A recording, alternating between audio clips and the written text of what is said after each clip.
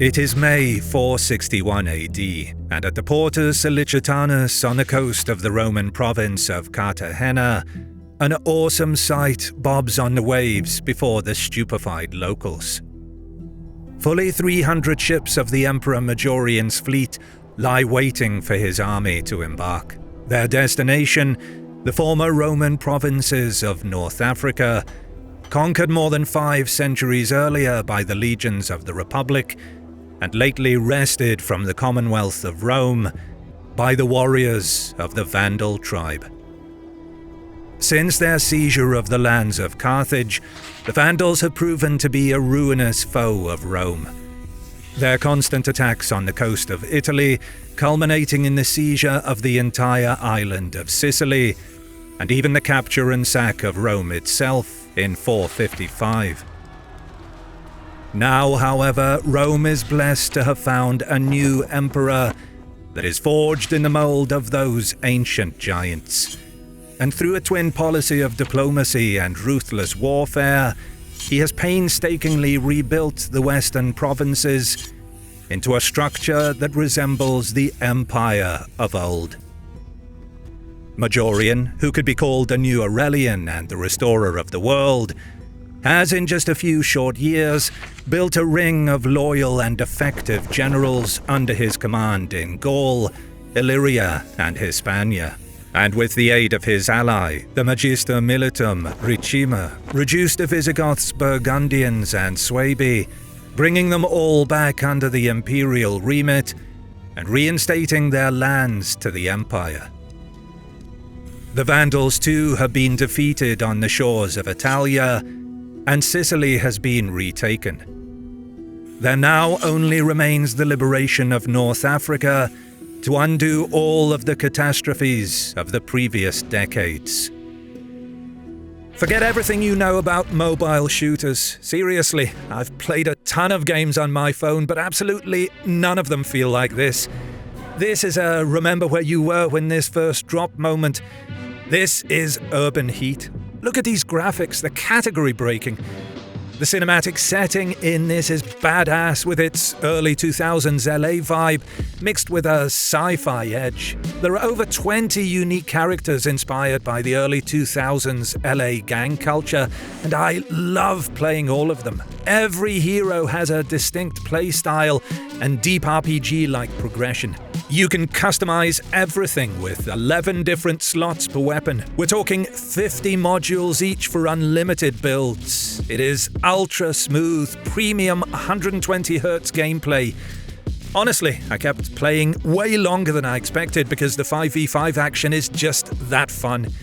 Seriously guys, this thing is like RPG progression and adrenaline-fueled 5v5 and 3v3 multiplayer all packed into one. Urban Heat is the future of mobile shooters. You need to jump in early before other players catch up. Download Urban Heat using my unique link in the description or scan my QR code right now. By using my link, you'll instantly unlock a powerful STA4 blueprint loaded with 5 enhanced modules plus 3,000 in-game cash, a bundle worth over $30 in value. This'll give you a serious edge right from your very first battle. On a map, the African provinces may seem peripheral to Roman interests, but this is precisely why the area has become so pivotal to the fueling of the empire's war machine. Roman North Africa has not traditionally been subject to raiding in force like the northern lands west of the Rhine. Berber incursions are of course de rigueur for much of the time, but these are for the most part of a hit-and-run nature, not the mass invasions carried out by the Alemanni and other Germanic tribes when the urge takes them. For centuries, a single Roman legion, just 5,000 men, was adequate to protect Rome's interests in Africa, a very reasonable rate of investment for an area that provided food and goods to the mother city at an exponential rate. In the time of Julius Caesar, when he expanded the province from its initial borders, Roman Africa shipped fully 50,000 tons of grain to Rome every year, feeding its unprecedented population and powering its mighty legions. 100 years after Caesar's death, the province had seen the characteristically exceptional Roman colonization and economic development programs, and it was now shipping no fewer than 500,000 tons of grain annually to the port of Ostia. So valuable are the commodities from the province, which also provides ceramics, oil, fruits, wine, timber, and textiles, that its exports to Rome very quickly exceed those of Egypt, Rome's richest province. Thus, Geiseric's invasion of Africa around 429 and his subsequent annexation of the province as a kingdom of the Vandals in 435 effectively rips the right arm from Rome's ability to wage war. Majorian has displayed superlative ability as an emperor to stitch the sundered provinces of Europe back together. But in order to put a seal on Rome's resurgence and ensure its continued hegemony of the world, he must restore the revenues of Africa and avenge Geiseric's unprecedented and devastating sack on Rome. Geiseric himself, a wily operator but one whose force of fighting men likely never exceeds 20,000, attempts to sue for peace, but Majorian will have none of it. All is ready for the Romans to sail, even if the army their emperor leads is no longer that of imperial regulars, but a mercenary force of numerous nationalities. The season is perfect. The men are ready. All is in train to restore the final piece of the empire, just as their forebears did in the time of Aurelian and Diocletian. And then, in the night, the fires begin. Traitors amidst their own number turn on their former brothers in arms and kill without mercy, all paid with Geiseric's plentiful coin. By the morning, it is all over, and Majorian's fleet lies in ruins. With no other means of transporting his army, the emperor is forced to a humiliating peace with the Vandals, and then disbands his host. Thus defenseless and riding back to Italy with just his personal escort, Majorian is shockingly arrested, beaten, and executed by Ricimer, who has constructed a seditious alliance with Roman aristocrats who are offended at the emperor's egalitarian and rigorous economic and taxation measures. Thus, the empire is deprived of its first effective emperor in 6 decades, and it immediately implodes into warring factions once more. When Ricimer places the puppet Libius Severus on the throne at Rome, Majorian's loyal lieutenants immediately reject Ricimer's treason. Aegidus's refusal brings most of Roman Gaul out of the central authority, as does Nepotianus in Hispania. In Sicily, the powerful Marcellinus had only been won over by his belief in Majorian alone, and his refusal to follow Ricimer takes Illyria, the source of the West's finest manpower, out of the remit of the state entirely. To make matters worse for Ricimer, Geiseric is able to build on his victory and take all of the main islands of the western Mediterranean, not only Corsica and Sardinia, but also Malta and the Balearics, giving him a huge range for raiding on the mainland. Meanwhile, realizing that the empire is once more weak, the Visigoths and Burgundians seize back much of the territory that Majorian had taken from them in titanic clashes during his lifetime. Ricimer appears to have condemned Rome's empire to a fate worse than it suffered during the time of Attila. For the first time in 600 years, there is no land corridor linking Rome with Hispania. The Eastern Roman court, under its own pressure from marauding Ostrogoths and Huns, as well as barbarian warlords in its military command like Aspar, gives no support to Ricimer or the man known to be his puppet. For his part, Ricimer does his best to rebuild the shattered Western Imperium, and he has notable and praiseworthy victories. He makes alliance with the Burgundians, who block Aegidas from moving south with Majorian's army to engage the usurpers. He also gifts Narbonne to the Goths, who now also go to war with Aegidas. The Gallo-Roman is thus stymied, even though he wins a victory over the Goths at Orleans. His death a year later ends the opposition from the north. Similarly, Nepotianus is cordoned off in Hispania by land and sea, and unable to intervene in the affairs in Italy. The Visigoths of Theodoric II eventually managed to simply force Nepotianus out of Spain, and another puppet named Arborius is put in his place.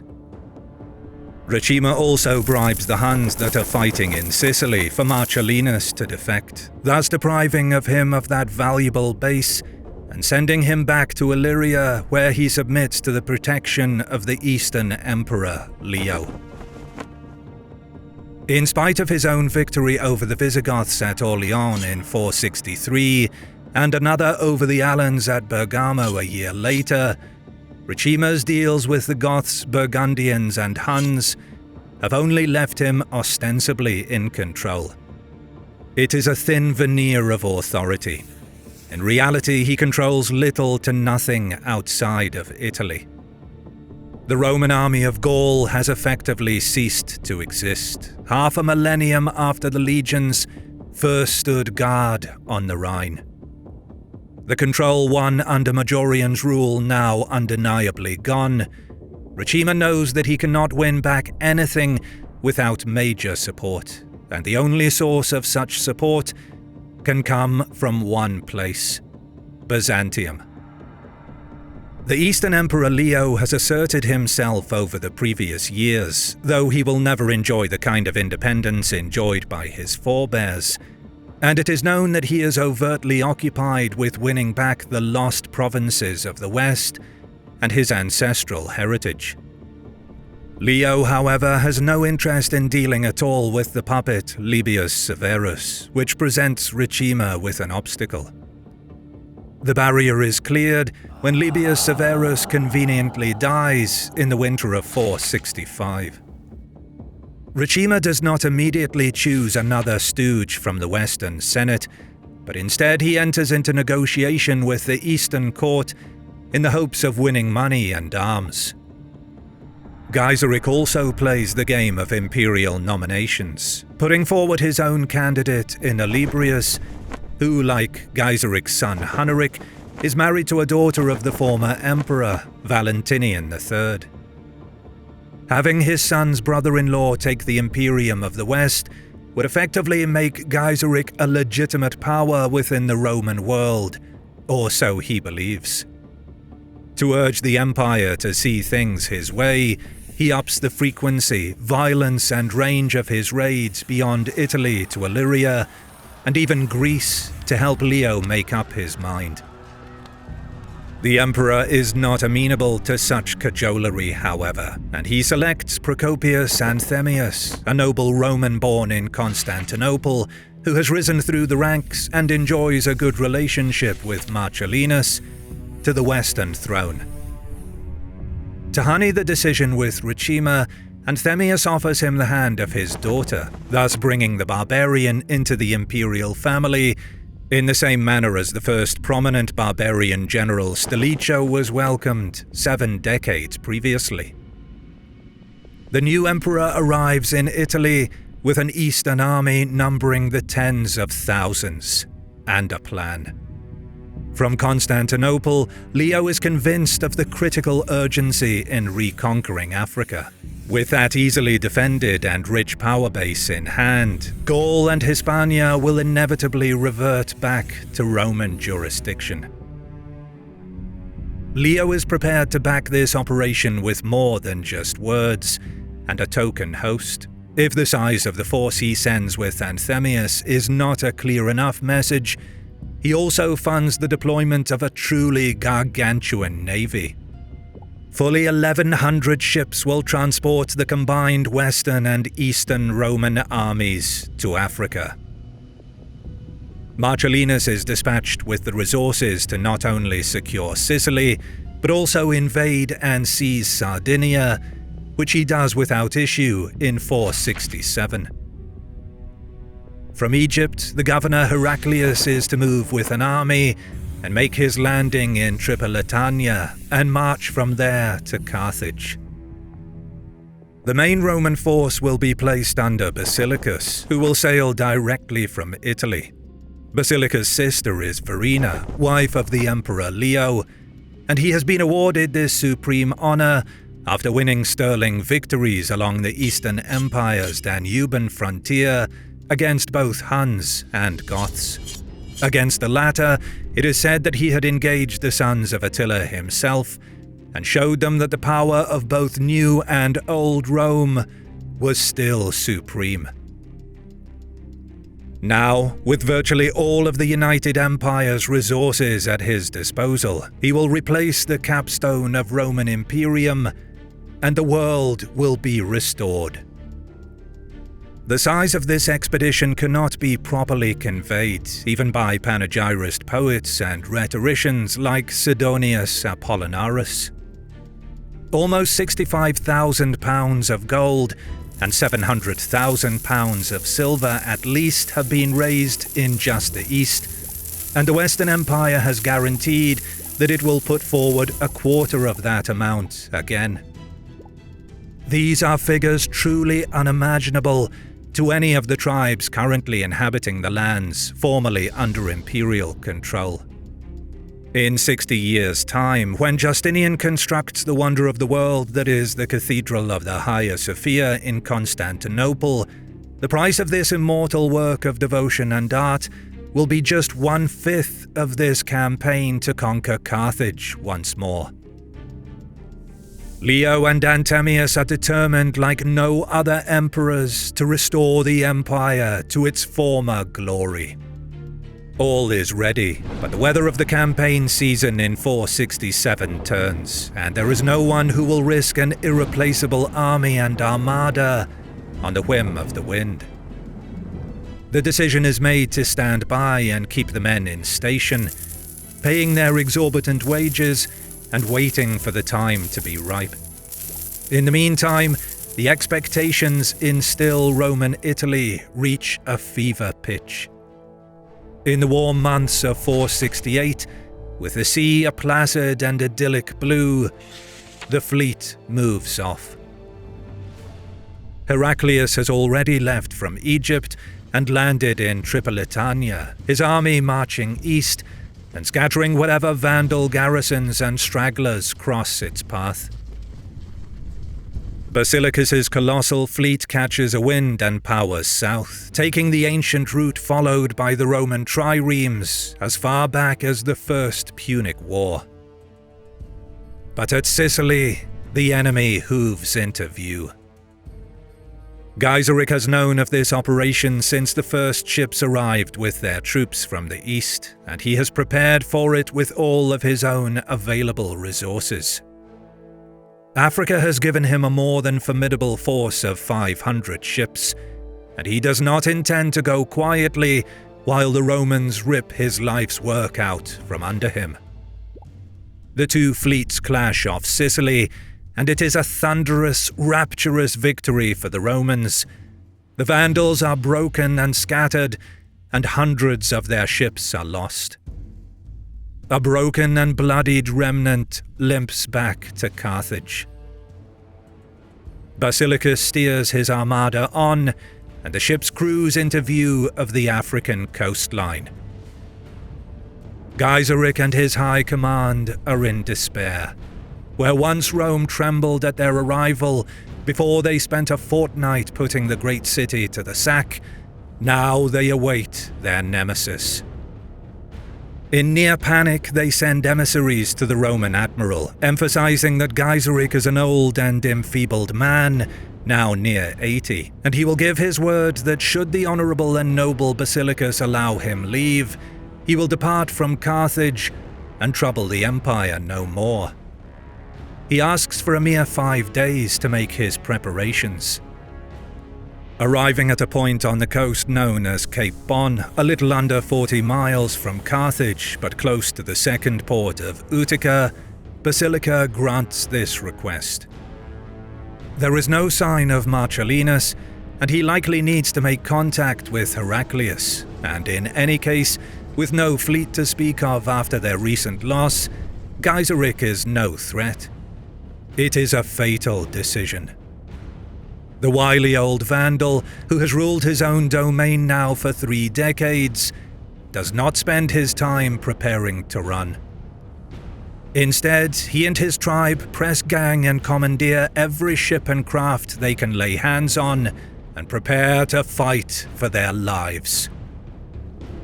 Basilicus's fleet and army are still at sea when the new flotilla sails over the horizon. The ships at the front move strangely, and it takes some time before the Romans realize what they see before them.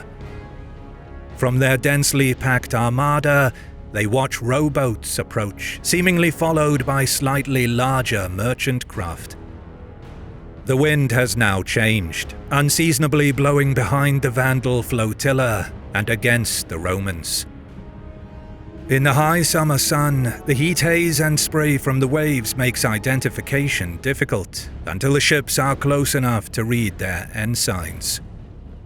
Perhaps it is the instrument of Geiseric's surrender and the keys to Carthage. Perhaps the Empire will be spared a fight for its most vital province. Too late, Basilicus and his captain hear the cries from the watchmen. Fire! The small rowboats cut the lines of the ships behind and move out of the way. Basilicus realizes that there is nothing to be done. The rowboats have loosed the fire ships, and now the treacherous wind will do the rest. The Romans scramble to try and clear the way, but there are too many ships in too small a space, and there is no time. The first of the fire ships crashes into the Titanic fleet, and all hell breaks loose. With no room or wind to reverse, the ships hit by the attackers almost instantaneously catch fire themselves in the dry of a Mediterranean summer, and the flames spread from ship to ship with lightning-like alacrity and thoroughness. Those ships on the edge pull away as best they can, and the armada slowly starts to disperse. But this is precisely the moment for which Geiseric's captains are waiting. The Vandal fleet powers down on the now scattered and isolated Romans, the wind gauge gloriously in their favor, and the fighting is vicious and desperate. The Romans still have the numbers, but their commanders are frozen after the shock of the assault, and their ships are too far away from their comrades and inoperable against the wind in any case. The Vandals have no other options but victory or death, and their fighting shows that they have a full understanding of this dilemma.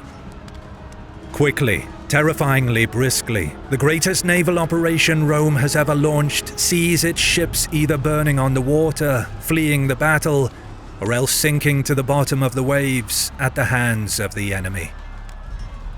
Somehow, from certain defeat and obliteration, Geiseric has grasped victory and once more brought Rome to its knees. Roman losses are cataclysmic. At least 100 ships are lost, though there are accounts of losses of hundreds more. Figures for the losses and casualties are as high as 10,000, but the damage to Rome and Constantinople's prestige is far higher than any number of deaths.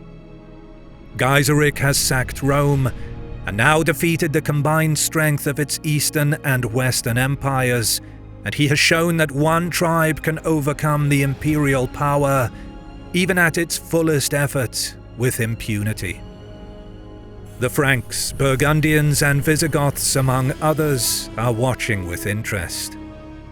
Worse yet, Constantinople's treasury has expended all of its wealth for this expedition, and it will be a long time before the coffers fill once more. On his return to the eastern capital, Basilicus is forced into hiding in the old Hagia Sophia, lest he be lynched by the incandescent mob. Marcellinus makes landfall in Sicily, no doubt with the intention of continuing his semi-independent rule in the Eastern Emperor's name.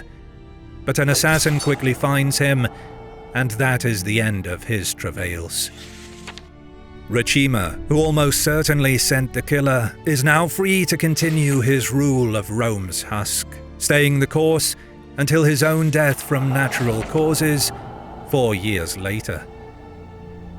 Cape Bon marks the last and greatest chance for the rebirth of the old Roman Empire, and there can be nothing like it again. As the still-burning ships slip under the water in the light of a setting sun, so goes the civilization that once ruled the sea and all the land around it.